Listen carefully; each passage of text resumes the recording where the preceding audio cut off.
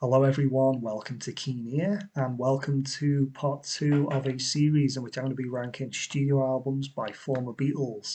In part one we got all the way up to the dizzying heights of 35 out of 34. Hopefully we can be a little bit swifter, well I can be a little bit swifter this time around. We kind of get through them, I think, at a more sort of decent pace, shall we say. So we're going to start off with a Paul McCartney album at number 34, and this is from 1999. It's called Run Devil Run. Got to number 12 in the UK and number 27 over in America. And again, this is another rock and roll standards album, similar to Paul's Russian album. So he kind of had another stab at that kind of concept in 1999. And it's similar again to John Lennon's rock and roll album. So it's kind of in the same sort of category as those two other albums.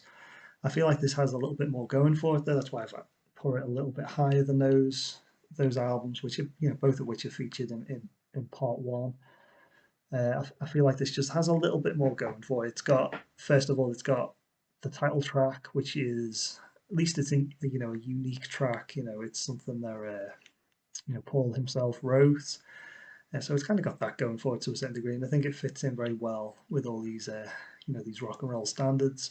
Also, the energy on this album is you know uh, something to kind of marvel at. Really, Paul really bellows them out in this album, and it's quite infectious, and it's kind of very enjoyable. Really, I think that's something that particularly the Russian album kind of didn't really have. It was kind of a bit too, I don't know, just it kind of lacked a bit of something. Really, this kind of has it a bit more. And also as well, one of the things I like about this cover album is that Paul's kind of dug a little bit deeper into the the back catalogue of rock and roll standards and that kind of thing, and he kind of hasn't gone necessarily all the way through anyway for the more kind of obvious choices. There's some more sort of deep cuts, I guess you could call it. In fact, my favourite song on this album is track number 11, Croquette, which is it's not exactly your more obvious choice, and I think it's a very charming song, a very charming version of it. So yeah, that's my number 34, and it's if you like your cover albums, you like your rock and roll cover albums, that's one to definitely check out if you haven't done so already. So moving up to number 33 again, another Paul McCartney album. This is Drive and Rain from 2001. Got to number 46 in America, oh sorry, 46 in the UK and 26 over in America. And this is the album that really sort of goes hand in hand with 2001. Really, it's kind of cemented its sort of association with that year because it was an album that came out shortly after the attack on the Twin Towers. And there's a song that was added, I believe, very much at the last minute called "Freedom," which actually isn't included in the track listing on the booklet. So I'm guessing that was printed before it was added on. So yeah, it was kind of like a last minute thing that was it was Paul's reaction. Some would say maybe a knee jerk reaction to so that's kind of tragedy. And yeah, it's this album is very much forever hand in hand with that kind of moment really for that. Also as well, this is the the period where Paul was married to Heather Mills, and I think maybe that's part of the reason why this album isn't seen as looked back upon as fondly as maybe some of the other albums that Paul has released in the past. Because I do I am aware that she wasn't a particularly popular figure to say the least, really, amongst the Paul McCartney faithful, and I think maybe that explains really why this album has kind of had a bit of a kick in over the years. Me, Mr. Mayo in particular, I remember, he kind of introduced me to this album. I wasn't really too sure, uh, what it was kind of all about, some years ago, and he reviewed it and he kind of really laid into it. I'm not sure if his opinion has changed over the years of this album, but he really didn't like. He kind of claimed that it was the worst of the worst, really, in this kind of deal out of all the Beatles, solo Beatles ranking system and everything. It's kind of went right to the back as far as he was concerned. So yeah, he very much lowered my expectations, and I don't think it's anywhere near as bad as people make out. It's not just me, Mr. Mayo. Other people have kind of claimed this is the worst of the worst, and I kind of don't really understand it, quite honestly, because musically, I think this album is perfectly good. It's not a great Paul McCartney album, obviously, but I think the bad stuff on here isn't quite as bad as people kind of make out. There's a song on here called Tiny Bubble, which comes up. I've noticed as like the worst thing that Paul's ever done ever. And I don't think it's not great, of course, but I don't think it's anywhere near as bad as people make out. And there is a song on here which I think is worth the price of admission alone. My favourite song on this entire album. It's called Rinse the Raindrops, which is kind of just fantastic. It's kind of this thunderous attack on the senses, really. Well, mainly just the ears, I suppose. Technically, it doesn't really attack your nose, so it's probably not the best thing to say, but you kind of know what I mean. It's kind of full on, you know, it's almost like a Helter Skelter esque track, although it's not the same or anything like that. But it's that kind of full on assault kind of thing. Statements of intent kind of kind of song, should I say? And yeah, it's worth the price of admission alone. And there's some other good stuff on here. It's not just that. There's some quite dark material on here, and I do quite like it when Paul explores the darker side of his personality. I think that's quite interesting. So yeah, there's some decent stuff on here. So kind of don't dismiss this as just like awful if you've never listened to it before. If you're looking to make like a compilation of great Paul songs, and that kind of thing, if you want to do make a your own personal playlist for Paul, don't kind of just dismiss this. There is some good diamonds. I wouldn't necessarily diamonds in the rough because I don't think the rest of the album is rough, but yeah, there's some weaker stuff on here. But if you can pick out the good stuff in particular, you're going to be left with some very good stuff indeed. So we'll move on to a George Harrison album. This is number 32, and it's called Dark Horse, and it was released in 1974, I believe. And according to Wikipedia, anyway, this is a little strange. This it got to number 4 in America, and it didn't chart in the UK when it did, when it was originally. I don't think it's ever charted, in fact, because I don't think it re-entered there at any point or anything, like re-released and that sort of thing. So yeah, I'm unaware really of any other album that did quite so well. It's a bit of a hit album in America. Yeah, completely flopped in the UK. I'm not sure why that was. What the main reason behind that? Maybe it's a mistake on Wikipedia. Who knows? Maybe I made a mistake. I'm not too sure. But yeah, quite a discrepancy of chart performance there, to say the least. And yeah, this represents a fairly difficult period for George. He was struggling very much with his voice. You can kind of hear it very much in this album. His voice is different. And George's voice was never a strong point anyway. And he's kind of hear him struggling quite a few times on this album. Even in the studio, where you get the benefit of doing things repeatedly and cutting out the bad bits and enhancements and all. I think even by the fairly limited technology that they had in 1974, but compared to now anyway. Also as well, when it went on the road, when George went on the road with this album, things only got worse, of course, without outside of the studio. And I believe he kind of went through it really touring with this album. He got booed, I believe, at certain gigs, and people shouted things at him and things like that. He kind of had a bad time with his voice and everything, and it was it could have kind of destroyed his confidence entirely. He kind of did he wasn't the same really after this experience. And in many ways, I see this album as George's kind of difficult third album. I was talking about in part one about John Lennon's Sometime in New York City is kind of like John's in a way difficult third album, although it's technically not. Again, I see this in a similar way only for George, although again, this of course isn't technically George's third album, but after living in the material world and all things must pass, I kind of see this was the album that followed those two, and it is a little bit disappointing, but it's not terrible or anything like that. There is some good stuff on it. My favourite song on here is a track called Simply Shady, and it's pretty good. It's a pretty good song. There's some other bits and pieces on here as well. I just feel like there's just something lacking on this album. I think it's just from and not particularly great period for George personally. I don't think he was on a particularly good point at this time. You know, if he were alive now, I don't think he'd look back on 1974 and this era with any degree of fondness. Really, I think it's just a bit of a difficult time for him. So yeah, that's part of the reason really why I put it as, you know, where it did. So we'll move on to number 31, and it's Paul McCartney yet again. This time it's with The Pipes of Peace, and this was released in 1983, and it got to number 15 in the US, sorry, and it got to 4 in the UK. So 4 in the UK, 15 in America.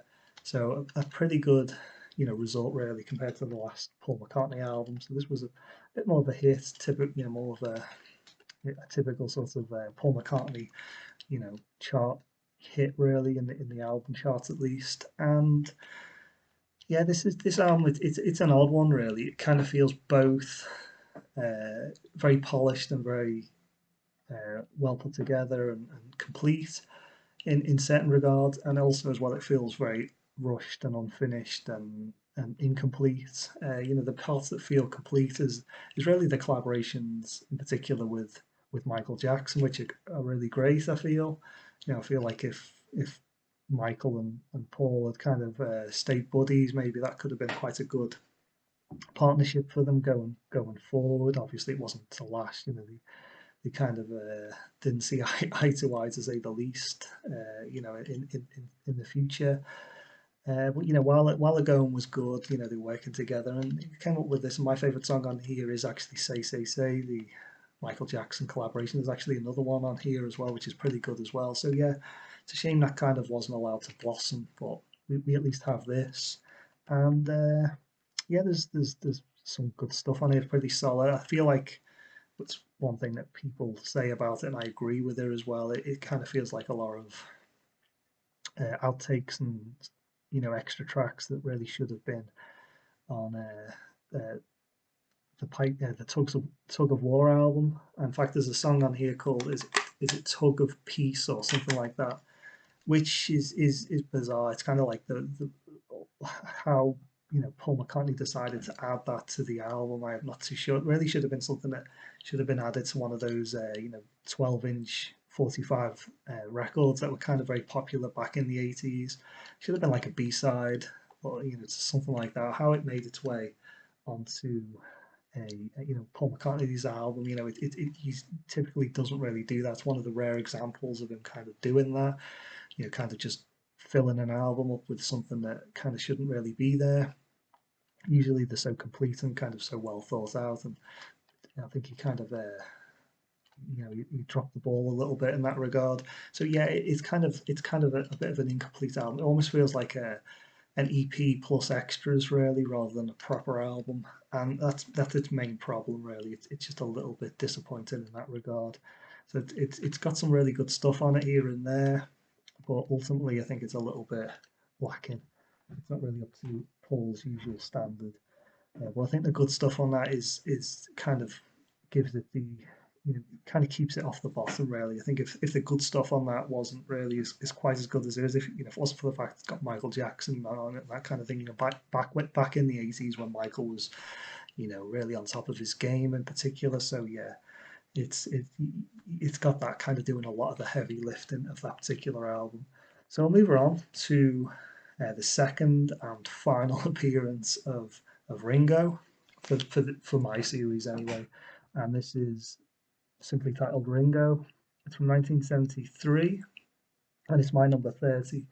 It got to number 7 in the UK and number 2 in America. So yeah, a big hit, really. And I think this is from really the peak of Ringo's powers. You know, he's literally got on the cover, he's got the, you know, the limelight shining on him, and yeah, he's kind of on the top of his career outside of the Beatles. Really, at this point, he kind of it was only down, unfortunately, for Ringo at this point. So he was, he kind of explains that with the next album, which I've shown in part one. Is it the Goodnight Vienna, the album that follows that? And it's kind of explains really what, it kind of only got worse from there, I believe, for Ringo. But we had this period, at least, or should I say, he had this period, and this is the what many consider to be the best of the best for Ringo.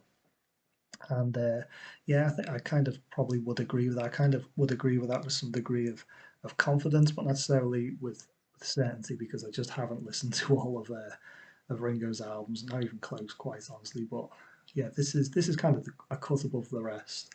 And what gets this album, really off the ground and into arguably Ringo's best material outside of the Beatles is the fact that the support on this album is fantastic. Just looking at the back of this album, first of all, you've got all the other Beatles working on this. I think it's the first time they ever worked together on the same project. Unfortunately, it wasn't the case where they, worked on the same material. It's all individual bits and pieces here and there. Or yeah, they all working at least on the same project for Ringo. So you got that. You've got Klaus Voormann on here. You've got stuff like you've got people like Billy Preston making an appearance. You've got Nicky Hopkins on piano. You've got who else have you got? You've got you've got Mark Bolan, for instance. He makes an appearance. You've just got really good stuff. You got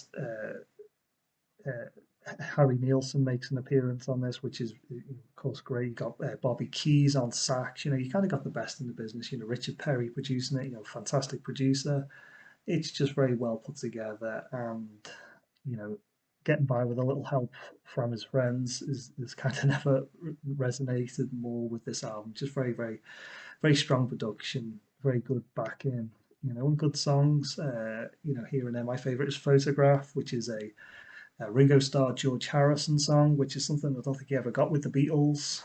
It's a kind of a unique, as a Beatles song, you never got a Starr Harrison song. So yeah, it's kind of unique in that regard. At least I don't think we ever got one. So yeah, it's got some good stuff on it. That's kind of like, I feel like, maybe the peak of this album. But there's all the good stuff. You got Paul McCartney songs on here. You got John Lennon songs. Uh, Overall, pretty damn good for Ringo. But ultimately, it's just a Ringo album. You've still got Ringo's voice on every song. And as far as I'm concerned, even taking into account you know George Harrison's vocal limitations, I feel like Ringo is the weakest singer of the Beatles.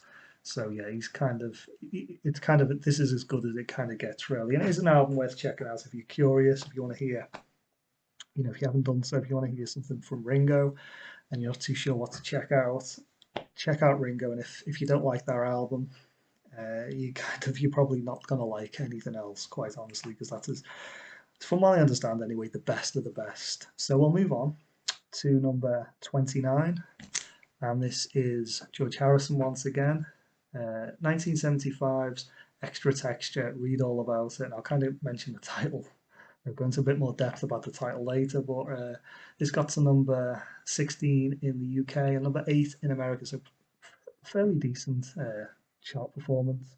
And yeah, the title of this album never really quite understood. Well, I do understand what was kind of going on, but if you think about it for a moment, it's such a bizarre name for an album. It really kind of, you kind of maybe ask the question, what were they thinking? And you're looking at George on the back there, and you kind of know really what he was thinking, because apparently the story behind this album anyway is that George decided to go over to America, to LA to be precise, to record this. And one of the things is he wasn't going over there necessarily for the really great recording studios that they have over in LA. It was kind of more to do with the really great drugs and the quantity and the ease of access to drugs that they have over in LA that he was kind of drawn to back in the mid 70s. So yeah, The faith that he's pulling on this album is, the back anyway, is kind of a bit telling, really. Maybe that's what the title's all about. Read all about it, extra texture. So yeah, not quite sure what it all means, but yeah, there is quite a lot of drugs circulating. This is very much a druggy album, similar to Rock and Roll by John Lennon. It's kind of, there's drugs and all kinds of, both legal and illegal stuff going on with this album. Mostly illegal, I think, with this one. And yeah, this kind of comes up time and time again as one of the weaker albums from George. I believe again, Me, Mr. Mayo, bringing Me, Mr. Mayo into it. He kind of claimed this is one of the worst. Kind of had this album up there with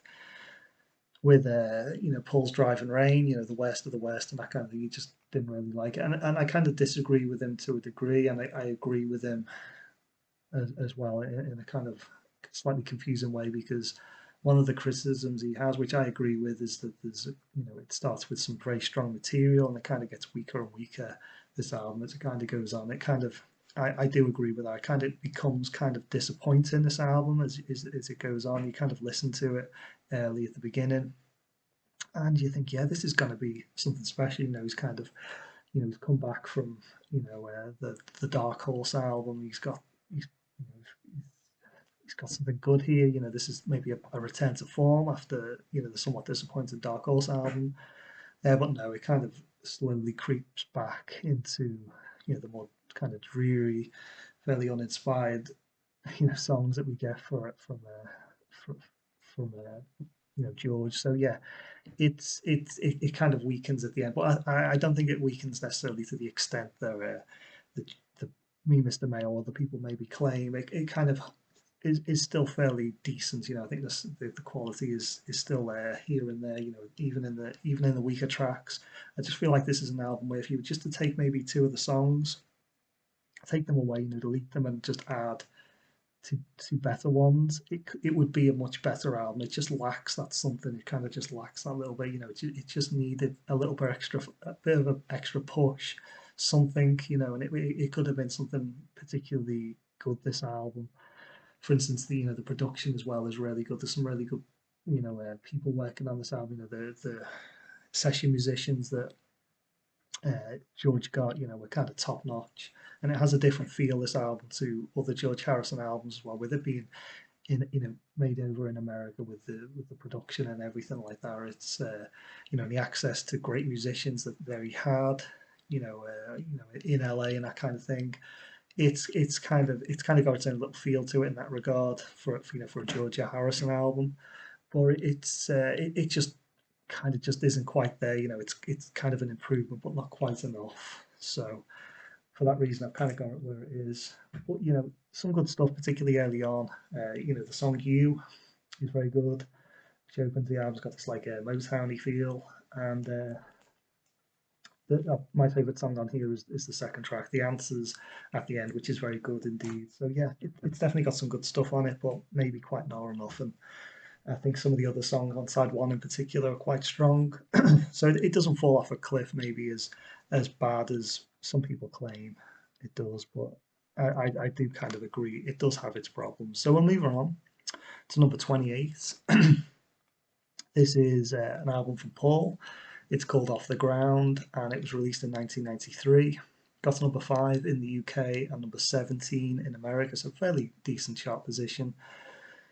And yeah, at this point in time, if you compare Paul to the other Beatles, obviously John wasn't around anymore, but George kind of wasn't doing a great deal, in terms of releasing albums, that kind of thing at this point in time. Ringo was doing whatever the hell Ringo was doing, at this point in the early 90s. So yeah, kind of at this point in time, there wasn't a huge amount kind of going on in terms of, the former Beatles and that sort of thing. So this is kind of like it's kind of as good as you got, good as you were ever likely to get at this point in time, for in solo Beatles terms and that sort of thing. And this is a fairly decent, if fairly unremarkable album from Paul. It's got some good stuff on it. He's kind of, it's very consistently decent, but it kind of never really breaks out into anything other than pretty decent. There's some good stuff and there's some somewhat weaker stuff, but ultimately not really anything to be too excited about, quite honestly. My favourite song on here is "I Owe You Everything," and it's perfectly, it's a perfectly fine, if ultimately unremarkable and somewhat forgettable album. And that's kind of all I've got to say about it, really. Pretty good early to mid 90s Paul McCartney, perfectly fine, and that's kind of it, really. So we'll move on to again Paul McCartney again. Number 27 is his Tug of War, and it's from 1982. It was a smash hit album, number one in both sides of the Atlantic. And yeah, I got this fairly low. I noticed that this album kind of ranks quite highly, and I didn't want to just put it this low just to be contrarian or anything like that. But quite honestly, I've never really resonated that well with this album. I've never really, for as long as I've had it, and I've had it quite a number of years now, I've never really wanted to kind of play her all that much. It's I've just never really been overly that drawn to it. And every time I listen to it, I feel like I'm giving her another chance to try and impress and maybe live up to the expectations that other people have kind of led me to believe really that this is something truly great. I think what it is with this album, I find it a little bit disappointing in the fact that Paul's collaborating twice here, both with George Martin. I think this is the first time a former Beatle would work with George Martin after obviously the breakup of the Beatles. I think that's the case. I'm not unaware of him working with George Martin working with anyone else in the Beatles before this. So I think it is the case. And also you got a collaboration on here with Stevie Wonder, and you think Stevie Wonder, Paul McCartney, two of the greatest legends of music, and ultimately the results, combined with the George Martin collaboration as well, it kind of makes me want something a bit extra than what you actually get. It's kind of a little bit disappointing in that regard. I just kind of expect a little bit more with this. Not to say it's bad. It's a perfectly serviceable, solid, well put together album. Or I find it in particular the production on this, I find it a bit cold and a little bit plasticky. I find it a little bit similar to there's a Queen album called A Kind of Magic, released around a similar sort of time as this. And again, it's an album by very well known, well respected, a very well followed artist or band in the case of Queen, and both of them are just a bit cold and a little bit plasticky and a bit just not very nothing I really kind of want to listen to a lot. Really, I just kind of want to dig into now and again, and that's kind of the biggest problem. Really, it's just there's something not right, and I think there's an element of disappointment about this album as well. But it's still perfectly good album. I think it's definitely one worth checking out. Where I just don't really love it as much as many other people do. And my favorite song on here is "Here Today," which is uh, Paul's tribute to John Lennon. I think a lot of attention was on this album when it came out because it was the first thing Paul did after John Lennon was murdered. So it kind of has that uh, element to it. A lot of sort of attention on it and a lot of speculation on how Paul was going to react and that kind of thing. And we got a very good song out of it here today, which I think is perfect for perfect tribute for John from Paul. But ultimately, I just think this just something not quite right about this album. It doesn't really sit with me, and I think it is. It does have its issues as far as I'm concerned. So we'll move on to another kind of controversial choice, number 26. This is Double Fantasy from 1980, John Lennon's smash hit album, number one on both sides of the Atlantic. And yeah, the thing is with this album, ultimately the way that I feel about it is that I feel like the initial response that this album has, or had, should I say, back in 1980, that kind of brief moment in time when this album was out, before John Lennon was murdered, kind of very, very brief moments in time.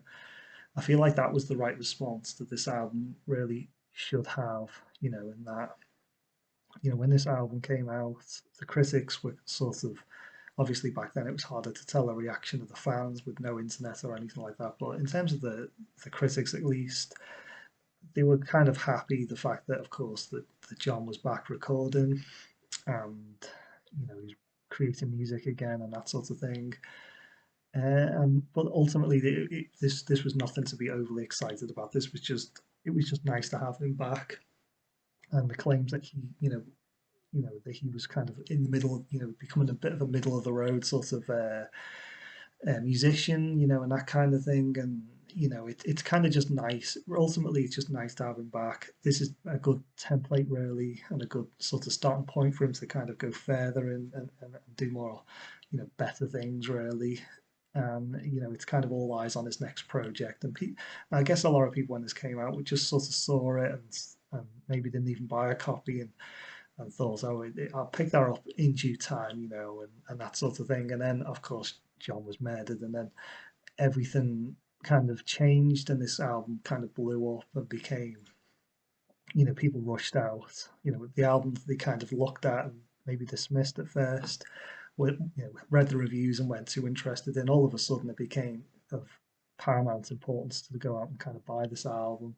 It was the last thing. All of a sudden, it became incredibly important. It's kind of a story, really, of you don't know what you've got till it's gone. We kind of maybe underestimated, having John around and that kind of thing. And all of a sudden, he's not around anymore.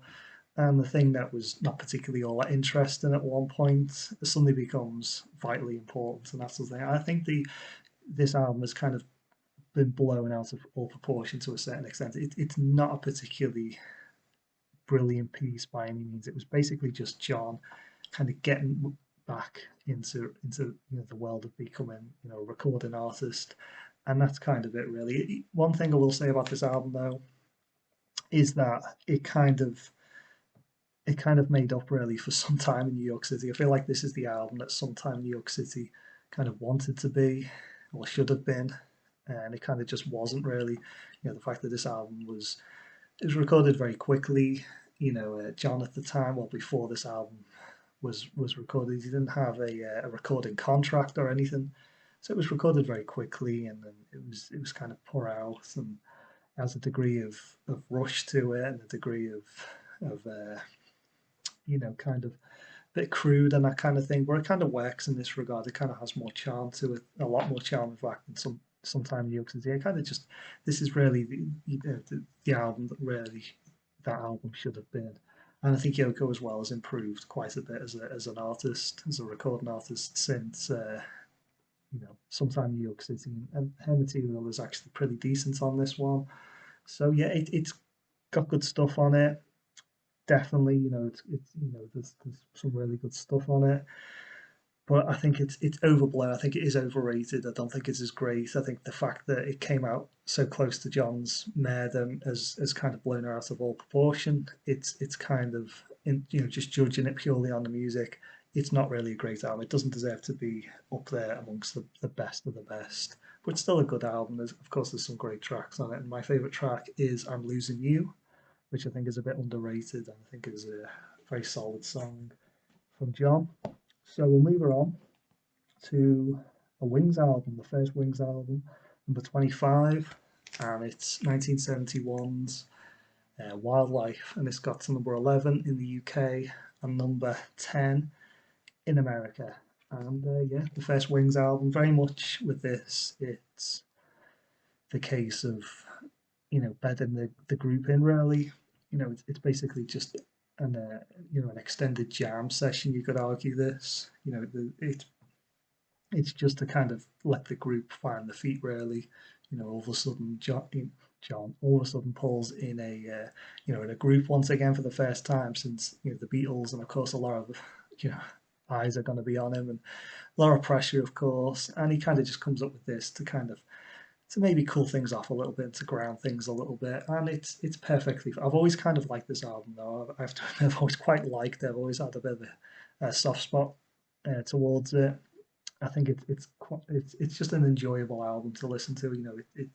It's just very unremarkable but very likable at the same time.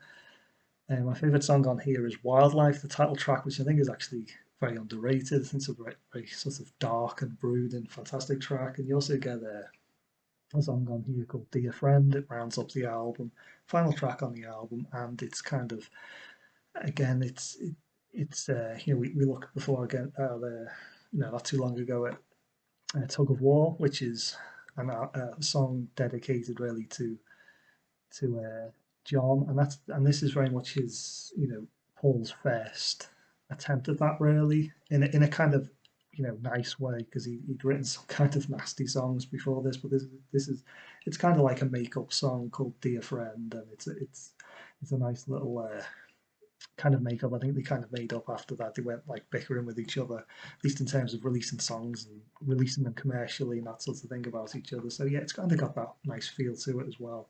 Like it's a bit of an end of the feud era with this album. But yeah, there's good stuff on here. It's like arguably got some kind of weak stuff on it, and it is a bit of just a jammy album, and it is basically just bedding the group in. Well, I do like it, and I think there's some good stuff on it where it's not necessarily an absolute must-have, or if you want to, the foundations really of Wings, and the group that kind of could have been really, if because it was a group that unfortunately for one reason or another never really stayed together, and it was a success and a failure at the kind of the same time. This is the first point of call. It's always interesting, I feel, to go to the source of something, and that's really it. And I think it's a pretty good beginning for the group. And you kind of knew that better things were going to be around the corner. I think they knew it as well, but it is what it is. So we'll move it on again. Paul McCartney, this solo album, 1989's Flowers in the Dirt. This is my number 24. Got to number one in the UK and number 21 in the US. So fairly decent hit once again. And yeah, this is a very solid album. I feel like this is Paul's album where he kind of really he found his feet really at this point. He kind of set the template for future Paul McCartney albums. This is we just showed the first Wings album. That's of course the source of the Wings albums going forward into the 1970s. Throughout the 1970s, this is Paul McCartney's very much the source of laying the foundations for the future Paul McCartney albums. You got this, you got Off the Ground, you got Flaming Pie. They all kind of follow the template really that this album kind of lays out. And I think this is the album where Paul decided that he wasn't going to just follow trends quite as much as he was earlier with the earlier albums, particularly something like Press to Play. He's going to have a more sort of typical standard rock band sort of foundations. Have a bit more of a timeless feel to it. He wasn't going to trying to follow the crowd, trying to be trendy and that kind of thing. He was just going to kind of do his what he's good at, which is just making good quality music. And if people wanted to follow him with it, then so be it. And he kind of found his kind of his footing really at this point in time. And it's a very solid album. He worked with Elvis Costello on this album. I think that, like, similar to Michael Jackson, really. I think that's a very good connection. I think it's a very good collaboration. A very good source of future work. That they're I'm not sure if he worked with him that much into the future, but I don't think he worked with him maybe enough. I think it was something that could have really blossomed. That I feel like it's a similar instance to the Michael Jackson partnership again from the 1980s. I kind of wish that maybe they kind of worked together more. Really, I think that was a good, done more material together because there's like a duet on this album. It's actually my favorite song on here called "You Want It Too." I feel like the voices as well kind of I feel like work well together, and I think the writing styles work quite well together. Whatever we got maybe wasn't quite enough. And of course, both of them are still going. Maybe we'll get, another collaboration sometime soon, perhaps. But yeah, it's a good little connection that the two of them have. I feel musically, with this album, and it's solid. It's similar in many ways to Off the Ground, which we featured. This is very much laying the foundations for albums like this, and I feel like this just has a cut above this album. Some really good stuff on here. I feel like is just more quality, and it has a very much the timeless typical sort of rock band sort of this could have been released almost 10 years later, and people maybe wouldn't have maybe battered an eyelid and that kind of thing. There's only one song on here which I think is a little bit overly 80s, which is very much of the period, of course, is Motor of Love, which I actually really quite like. I think although it's very 80s, and it's the one track which kind of you feel like Paul's just kind of maybe going more for the on-trend music at the time, kind of diverges a little bit from all the other songs. I think it's a very good song, and it's a nice little 80s kind of power ballad in a way to a degree. So we'll move her on.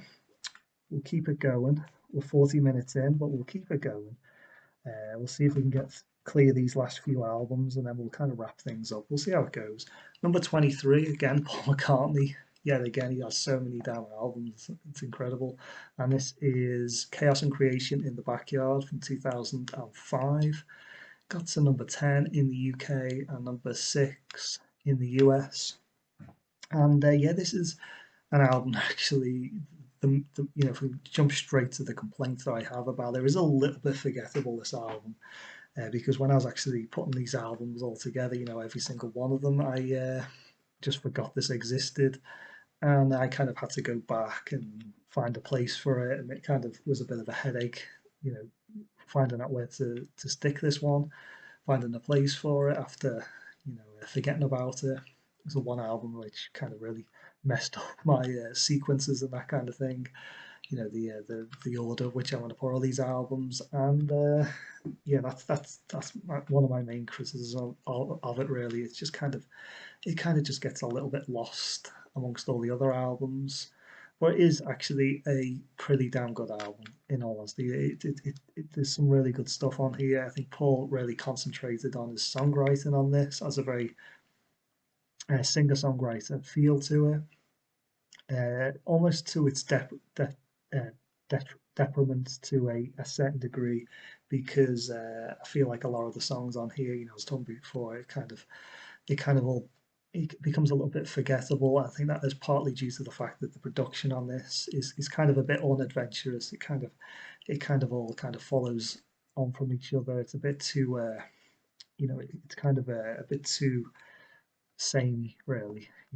There's not a huge amount of diverging from the sort of typical singer-songwriter sort of style, really. But it's very well put together. There's some really good stuff. There's some dark stuff on here. I do like the darker side of Paul's personality, as I believe I've already mentioned. My favourite song on here is "Too Much Rain," which I think is very good. Yeah, I think this is not an album to be overlooked, but it's not an album which is necessarily a lot of fun to listen to. It's not an album which I feel like you've got to be in maybe the right sort of frame of mind to listen to. It's not like your typical poppy, you know, rocking Paul McCartney album. It's very much more of a thoughtful album, something to kind of listen to on maybe a rainy afternoon. It's for like a rainy day, sort of philosophical kind of you know uh, uh, you know kind of deep concepts and that kind of thing. It's almost like got like this almost cathartic sort of element to it. It's kind of getting some things off his chest to a certain degree, and it's pretty good. It's a pretty good, solid, although somewhat, as I've mentioned, somewhat forgettable McCartney album. So I'll move on. Number 22, McCartney again. I'm sorry. We're kind of just getting all the McCartney albums in one go. But this is McCartney 2 from 1980. Got to number 1 in the UK, number 3 in America. So big hit album, a real kind of smash hit, really. And considering this album is, it's not your typical McCartney album. I feel like this is almost this is, if this album was any more sort of out there to a degree musically, it kind of maybe wouldn't qualify for this ranking series, because as I mentioned in part one, we're just going to be focusing on rock and pop albums, and this kind of goes very much into the electro, genre very much. Kind of a, there's no other album in these videos anyway. I know that Paul has definitely dabbled, quite a bit in electro. There's those, was it the Fireman albums and that kind of thing, which I'm not going to be covering in these in this series, but this is the kind of the closest we're kind of going to get to that. And yeah, it's kind of a complete change of pace, really. If you consider this album, when it came out, Paul was just finishing the Wings albums, and this is something very much different to that. And Paul started 1980 in a similar way he started 1970. 10 years earlier, he was without a group effectively. The group he was in for quite a few years has kind of ended really, and it was a new beginning, a new decade, and he kind of just went a bit wild and kind of came up with this album. And it dabbles up quite a bit with electro on this. In fact, there's a song on here called Dark Room, which if Paul had recorded that song and then hidden it away in 1980 and then just released it, like say last week, without any real explanation, people would have no idea that was recorded in 1980. It's kind of got this very it's almost timeless. The way that it's recorded. And the style of the music and everything. It's very sort of, it's people just wouldn't expect that particular song to be as kind of as old as it is. It's almost like it wouldn't be out of place on the new album. Quite honestly, that's how. In fact, it's probably more forward thinking and experimental and interesting really than anything really on the new album, which was recorded way after this album. So yeah, it's definitely got, I think, for the experimental edge, for the thinking beyond the typical Paul McCartney, the typical solo Beatles, what we've grown at this point to expect from a former Beatle, to kind of completely go in a different direction and come up with something like this. I think deserves some applaud, and I think deserves some real appreciation, to say the least. And that's kind of why I've placed it, at number 22, fairly high ranked, and I think it deserves it. Although this is not an album which I kind of would like to listen to quite a lot. For instance, there's a song on here called Bogey Music, which is, it kind of, the title. If you never listened to that track before, it kind of gives away what you kind of are gonna you kind of get with it. Really, it's not great, but it's a bit of fun, and it's a song from a children's book that Paul was inspired to put together and that kind of thing. So yeah, it's a little bit different, this one, and I think it's a little bit of a wild card album, and I think it deserves appreciation for being something a little bit different. And I think there is some really good quality to it as well. And the fact is as well, this came out in 1980, which is still fairly early in the electro, the electronic music sort of, history. So you kind of got to give Paul his dues really, that he's kind of coming up with something which is still very much in its early days. He wasn't necessarily right there at the beginning or anything like that. It's not like it's craft work or anything like that, but it's still fairly early, and he's kind of dabbling in something that people probably wouldn't, musicians generally wouldn't be dabbling with for kind of a few more years, to say the least, at this point. So he's kind of laying the foundations to a degree and playing around with something which is still kind of, at the time, very sort of avant-garde and kind of a bit futuristic, and something that maybe was very much in its infancy and that kind of thing. So yeah, deserves respect. So we'll move on to number 21, George Harrison.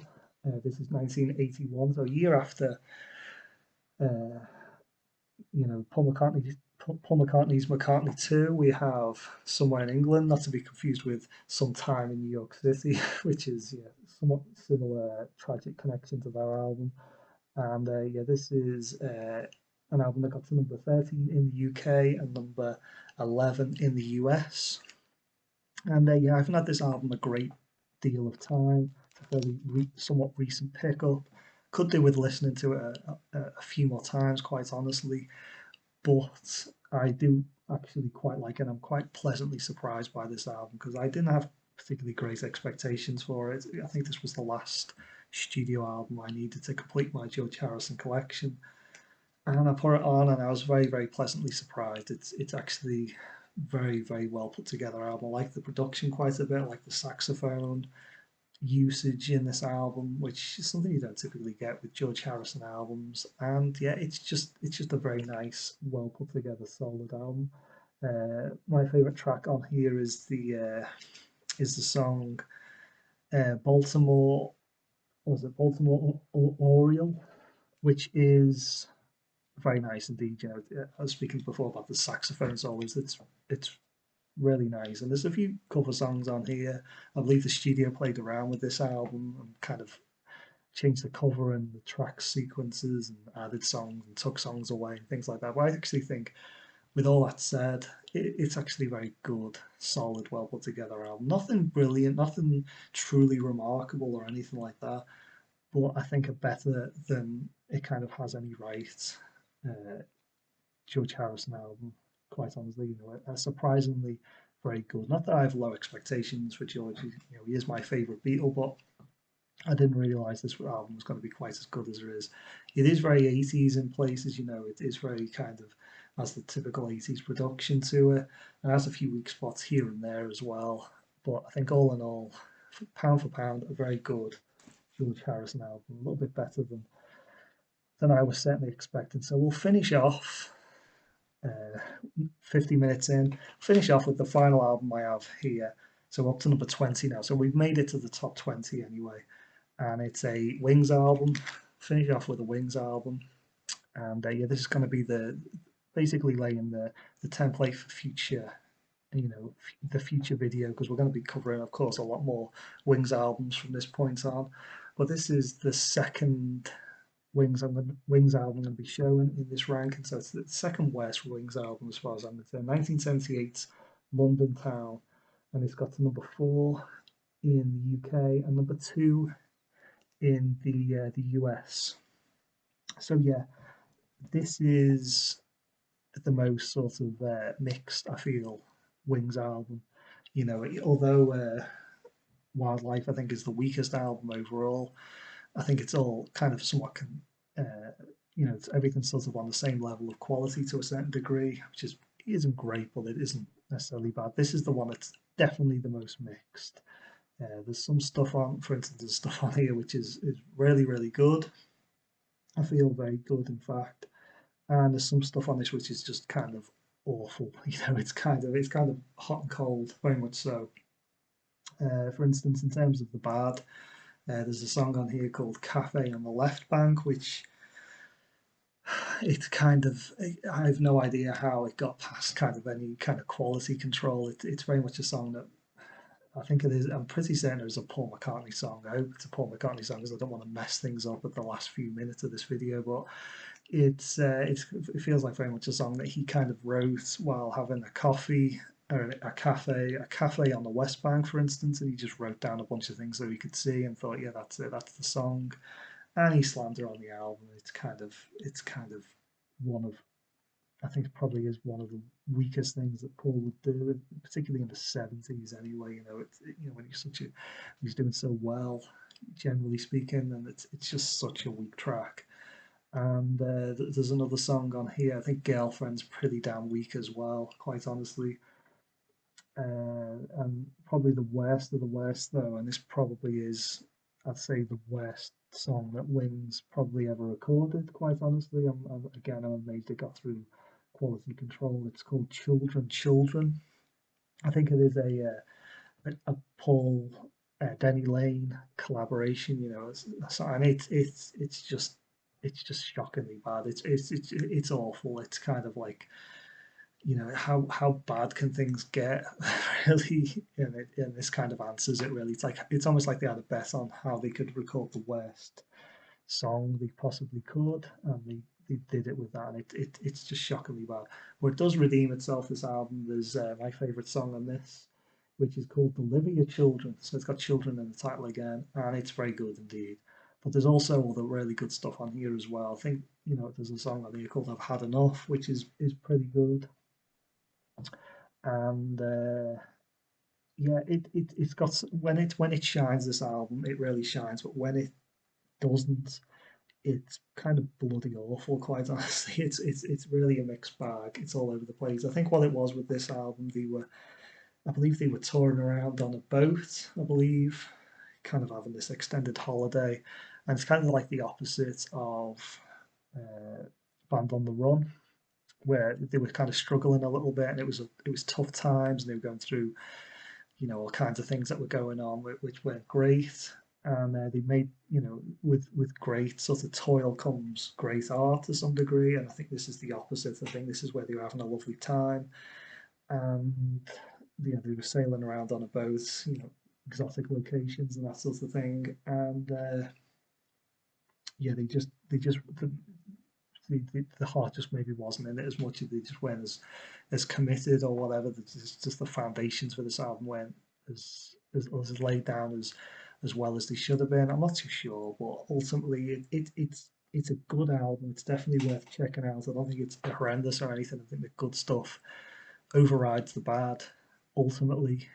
But if there's an album that you can kind of get on CD and kind of skip, you can skip certain tracks or just skip them, make your playlist and that kind of thing, and skip. You kind of be left with a very good album. The weak stuff on this is kind of begs belief, really. So that's it for this video. We got up to number 20, so of course we just got 19 more to kind of get through, and we'll be there.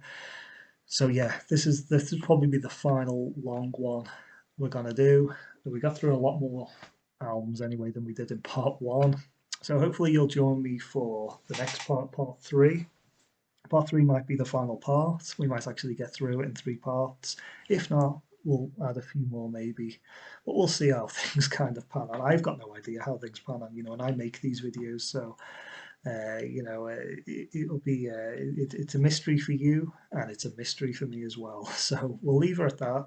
Thanks for watching, everyone, and stay tuned for more ramblings and solo Beatles albums that people are either know all too well or kind of forgotten about ever existed. So anyway, see you soon. Bye bye.